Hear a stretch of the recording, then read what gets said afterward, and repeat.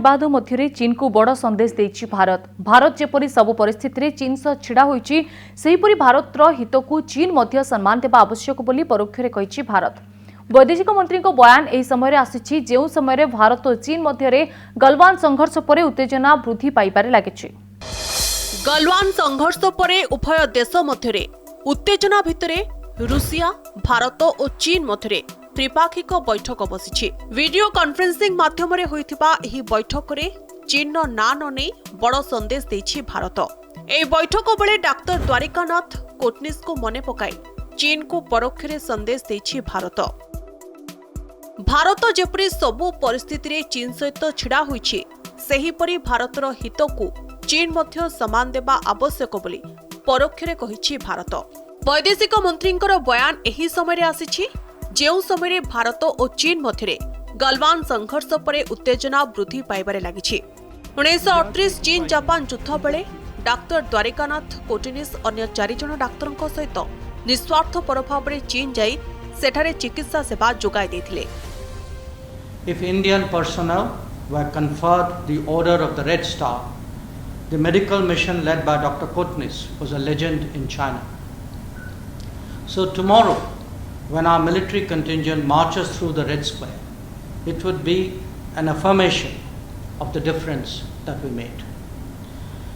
When victors met to fashion the ensuing global order, the political circumstances of that era did not give India due recognition.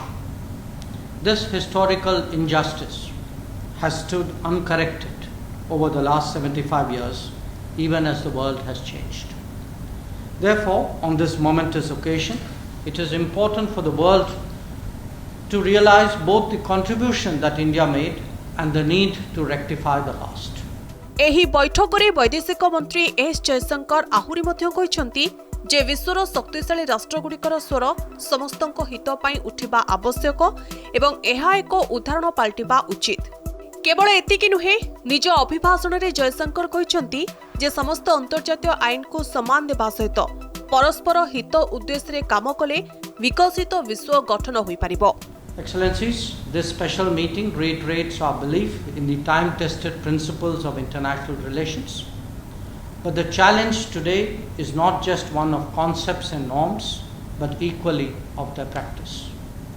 The leading voices of the world must be exemplars in every way, respecting international law, recognizing the legitimate interests of partners, supporting multilateralism, and promoting common good are the only way to build a durable world order.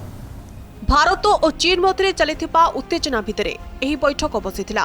तेबे एही बैठक रे द्विपाक्षिक प्रसंग उपरे आलोचनार कोनोसी कार्यसूची नथिला। तेबे एहारी भितरे चीन को कड़ा संदेश देछि भारत।